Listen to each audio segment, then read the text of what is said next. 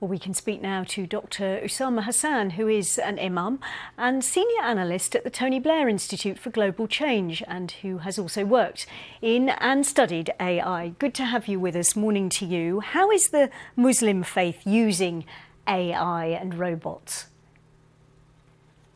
Well, Muslims have used intelligent smartphone apps right from the very beginning, because the 4 or 5 pillars of daily Islamic practice, start with prayer times, 5 times a day prayer, which occur at different times depending on where you are in the world and what the season is. So they'll get automatic calls to prayer in Arabic from their phone. There's also the charity, the compulsory charity that must be given, complicated rules to work out what percentage of your wealth you're supposed to give away in charity. And all of these things can be put into algorithms. Then there's the fasting, actually, which will remind you when to begin and end your fast.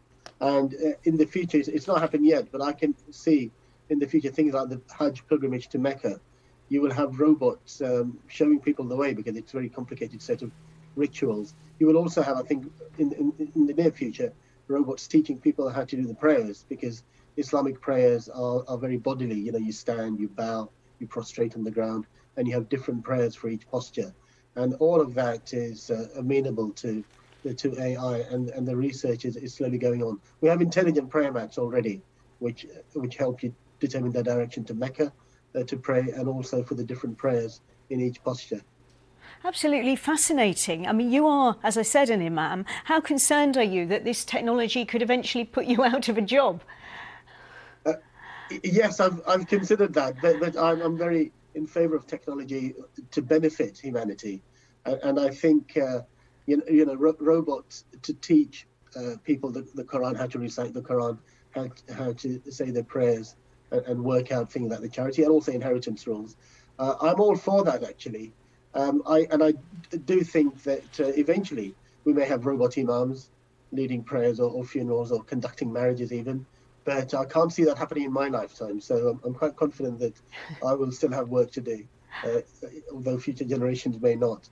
Understood. Are there any drawbacks, though? I mean, we heard in that report that perhaps a loss of the personal, the eye contact, if you like. And I also wonder perhaps about pieces of information being perhaps taken out of context. Yes, absolutely. So, I mean, the AI technology is great, but it's still, very, very far from a human intelligent person with a soul, as people said. So I think we have to see this as a supporting role, really, only, as I said, for teaching, etc., for companionship, for lonely people. And when it comes to the teaching of the information, scripture, especially faith, are very kind of complex to understand. You need that human soul who's gone through the study and the practice and the devotion and worship, and has good character, basically, the good human being, to do an effective, faithful function. And it's not just through the text and data, for example. And a good example of that is that many faiths are misused for evil in the world, whereas most of it, actually, I have to say, is overwhelmingly used for good. That's the idea of religion, in my understanding. Religion is only there to promote goodness in the world, but it is often used for evil.